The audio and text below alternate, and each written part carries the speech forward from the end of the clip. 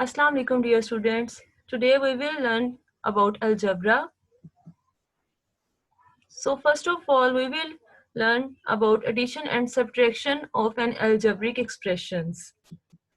Here we have a question that is what must be subtracted from a4 minus 1 to get a4 minus 4a3 plus 6a squared minus 4a plus 1. So in the question we have sum of two algebraic expressions, that is a4 minus 1, and out of two expressions one is given, that is 4a4 minus 4a cube plus 6a squared minus 4a plus 1. Now students, think how we will solve this question, as we have sum of two expressions and one expression is given. So we will subtract the given expression from the sum. We will write the sum, that is a4 minus 1 first.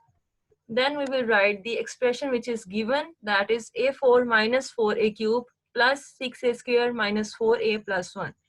Now students, keep in mind that we always write same variables with same exponent in our same column.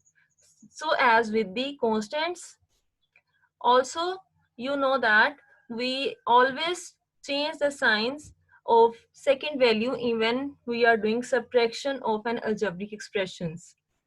So if there is positive sign, it will convert it into negative sign, and if there is negative sign, it will convert it into positive sign. Now when we solve the question, as you can see in the first column there is opposite signs plus and minus, so they will cancel the effect of each other. So the a4 is cancelled by minus a4. Their answer will be 0. We do not consider to write 0 in the answer. Rest plus 4a3 minus 6a square plus 4a will be written as it is. Now here you can see minus minus is equal to plus, so we will add these numbers and write the common sign with the answer, that is minus. So the answer is plus 4a cube minus 6a square plus 4a minus 2. Now students, here we have some grouping symbols which are used while grouping of algebraic expressions. First is vinculum, that is a bar above any expression.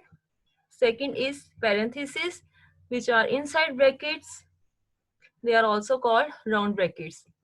Third are braces. They are middle brackets and they are also called curly brackets. And fourth one are brackets, which are outermost brackets, and they are also called square brackets.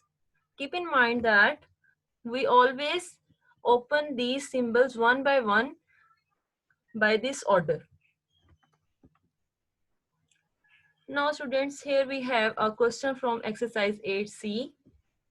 Question number 5, that is 5a minus square bracket 3b minus curly bracket 4a minus round bracket 5b minus 6a minus 7b, and all the brackets are closed. Here you can see the vinculum just above the 6a minus 7b. When we solve a question, in the very first step, we will just remove the vinculum and the sign below the vinculum will be changed. Here you can see there is negative sign which will convert it into positive sign. In the next step, we will solve the expression within round bracket. So the expression would be 5a minus bracket 3b minus 4a minus 6a plus 12b. Now from where 12b came, here you can see there are two variables which are same, that is b plus 7b and plus 5b. So we will add them. 7 plus 5 is equal to 12b. Now students, in the next step we will open the round brackets. So as we know that if there is negative sign outside the bracket, the inside sign all are changed by multiplying the sign which is present outside. So the expression would be 5a minus bracket 3b minus curly bracket 4a plus 6a minus 12b. So the signs are changed. As you can see, minus minus is equal to plus and plus minus is equal to minus. Now students, in the next step, we will solve the expression within curly brackets. So here you can see there are two same variables which are a. 6 plus 4 is equal to 10a. So we will write the expression as 5a minus bracket 3b minus curly bracket 10a minus 12b, and brackets are closed.